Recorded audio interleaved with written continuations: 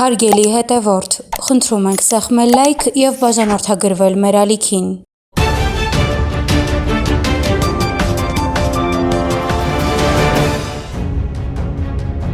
Թուրքիայի նախագահ Ռեջեփ Թայիփ Էրդողանը խիստ քննադատել է ՆԱՏՕ-ի դաշնակից երկրներին վատ հարևաններ լինելու համար, քանի որ այլևս թուրքական անօդաչու թռչող սարքերի համար կարևոր տեխնիկական պահեստամասերը չեն տրամադրում։ Չնայած մեր դեմ տարվող տարբեր աղմկոտ արշավներին, մեր անօդաչու սարքերով հիանում է ամբողջ աշխարհը։ Թուրքական զինված անօդաչու թռչող սարքերը փոխել են պատերազմի մեթոդները և փոխում են պատերազմական վիճակը Լիբիայում, ասել է Էրդողանը թուրքական նոր նավի գործարկման ժամանակ։ Էրդողանը անդրադառնալով Թուրքիայի դաշնակից ՆԱՏՕ-ի երկրներին որակել է որպես վատ հարևաններ և հայտարարել, որ վերջիններս հրաժարվել են իրենց պահեստամասերը, մասնավորապես տեսախցիկները մատակարարել, ուստի Թուրքիան պետք է ավելի շատ պահեստամասեր արտադրի երկրի ներսում։ Օրինակ տեսախցիկների հարցը, մեզ տեսախցիկ է հարկավոր, բայց նրանք չեն տալիս, ինչու եք կռվում Հայաստանում։ Հայաստանը հարձակվում է իմ դաշնակիցների վրա, մենք պետք է մեր ուժերի ներածին չափով աջակցություն ցուցաբերենք, արդյոք մենք միասին չենք ՆԱՏՕ-ում,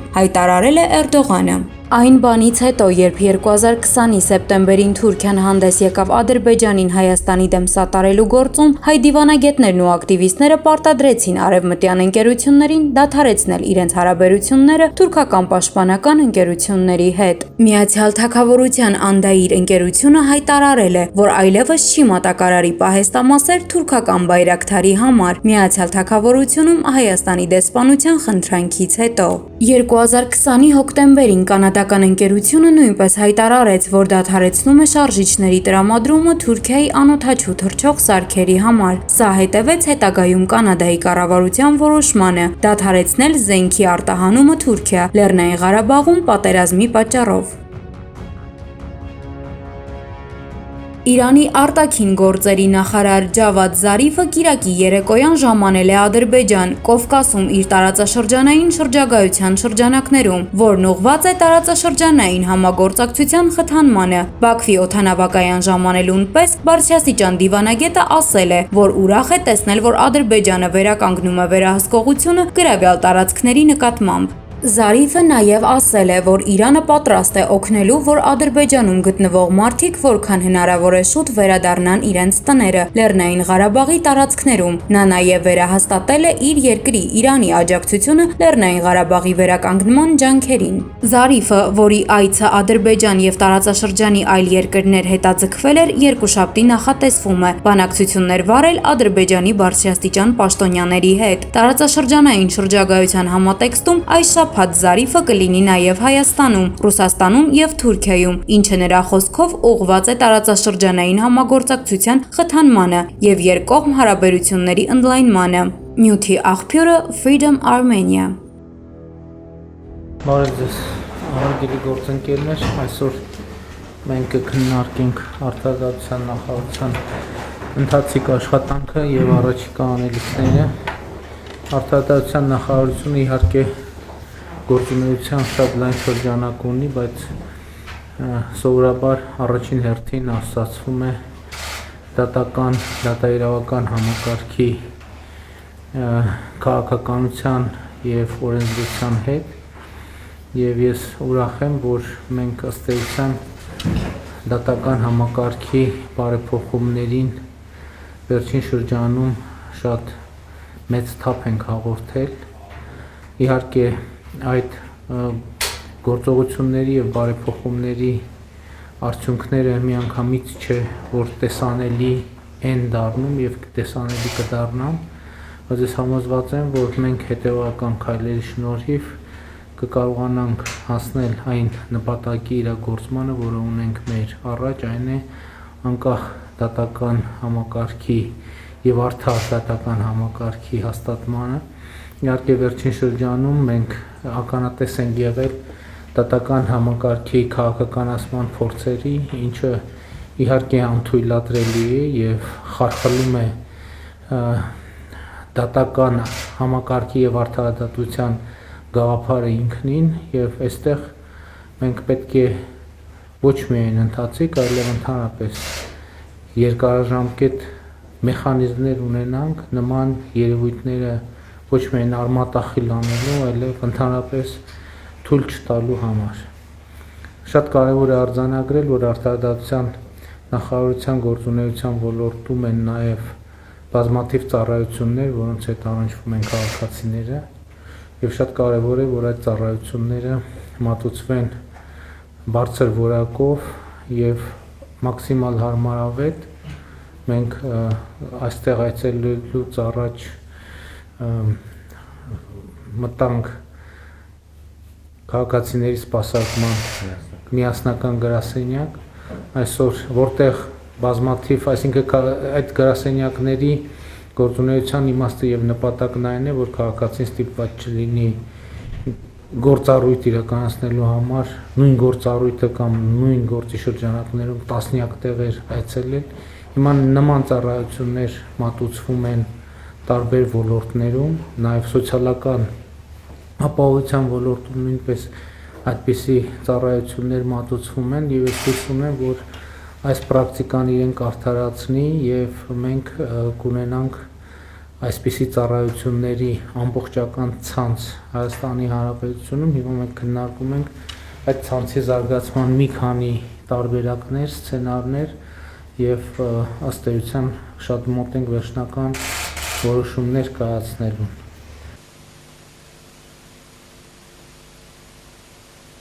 Դուք արդյոք ինչ որ բան հասկանում եք հայից, որքան տարօրինակ, հանելուկային արարած եւ որքան խաբուսիկ։ Երևույթ, ինչ է ինքը իր նկարագիրը, զուր աշխատանք, փորձում գտնում ես նրա ինքնությունը, պարզում է, որ դա էլ երևույթ է։ Իր ցեղային պատկերն էլ տարօրինակ է։ Թվով գրեթե ամենափոքրը, տառապանքով ամենամեծը, ժամանակով ամենահինը, վիճակով ամենից ամփոփողը, ամփոփողը, ամենից աննպաստը իր երկրի դիրքն էր, ամենից համառ ու ամուր կառչեց իր երկրին։ Որքան անհույս է թվում ապագան, այնքան հայը չի հուսահատվում։ Ասենք հայ իր կյանքում երկու բան բնավ չտեսավ, հայը մեկ բախտ չտեսավ, մեկ էլ հուսահատություն։ Դե հիմա ինչպես ճանաչես, ինչպես չափես հային, հայի չափը չափազանցն է, վերցրու թեկուս հայ առևտրականին, չարչուն, արարածներից ամենագծուցը,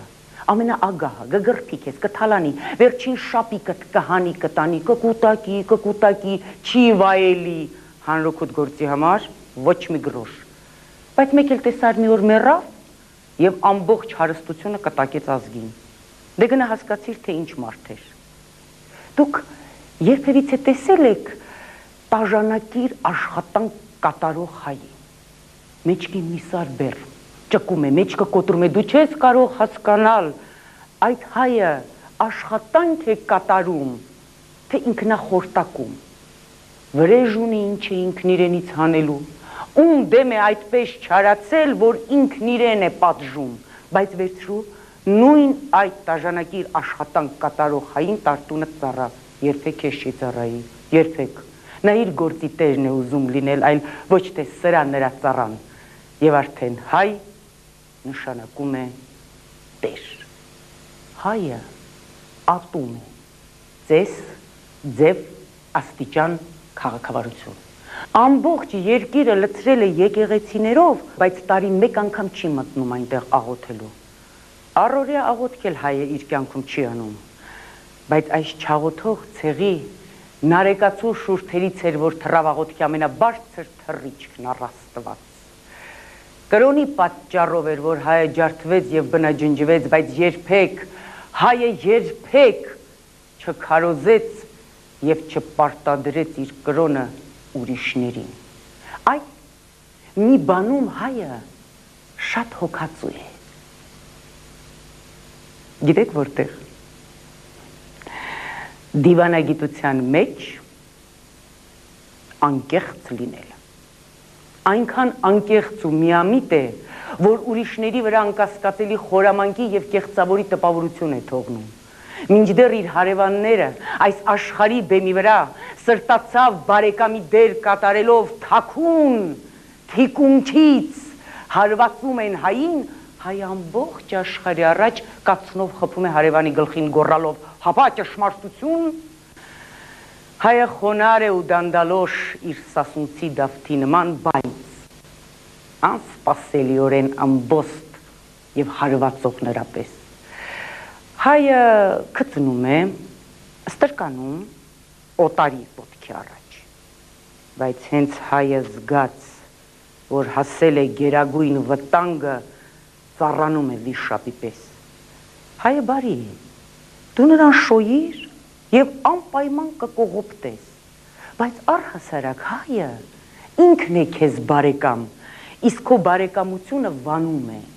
Այնտեղ, ուր մի այլ ցեղ կարող էր ուրիշների սերը վայելել, հայը հնար է գտնում ատելություն բերելու։ Հայը տաղանդ է իր դեմ ատելություն ստեղծելու։ Հայը նախանձոտ է ուրիշի հաջողության մեջ, եւ եթե գժտվեց մեկի հետ, ողակալ է ինչպես ուղտ։ Ամեն հայ մի հայ ունի, որի հետ թշնամի է մինչև մահ։ Դա նրա կենսական պահանջն է, անհրաժեշտությունը։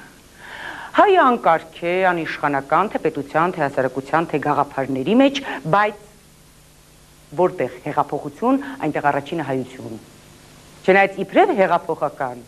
հայը ծայրահեղական է։ Կոտորածներից ամենից զարհուրելին հայը տեսավ, բայց հայն էր, որ չխրատվեց,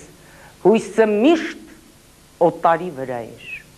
Թուրքի մոտ էր սպասեց ռուսին, ռուսը եկավ աչքը եվրոպացուն էր, եվրոպացին եկավ դարձյալ ռուսին է սպասում, ռուսը գալիս է չի ընդունում։ Դու չես կարող հասկանալ,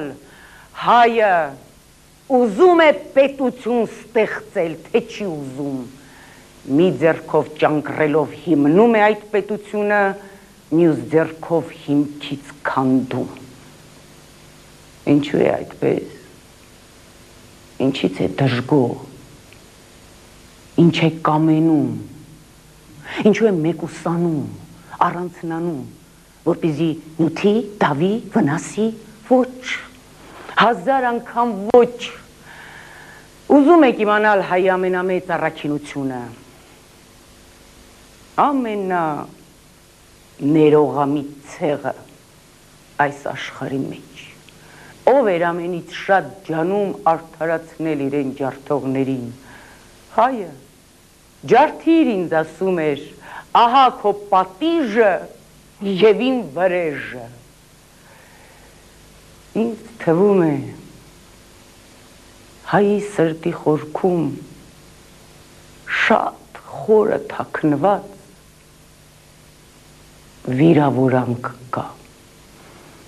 Դարերի խորքից եկած վիրավորանք, հազարամյակների վիրավորանք, արծվի վիրավորանք է, որ ինձ հաց են բերել բարձր լեռներից, գցել ցեխի կեղտի մեջ ու թևերը կոտրել։ Ոչինչ չեմ ուզում ձեզնից։ Ձեզ լինի ձեր երջանկությունը, ձեր ուրախությունը։ Եթե դուք սիրում եք կյանքը, ապա ես սիրում եմ կյանքից առավել թանկ մի բան, դարերով կորցրած իմ ազատությունը։ Արդյոք ինչ որ բան հասկացաք հայի։ Երևույթ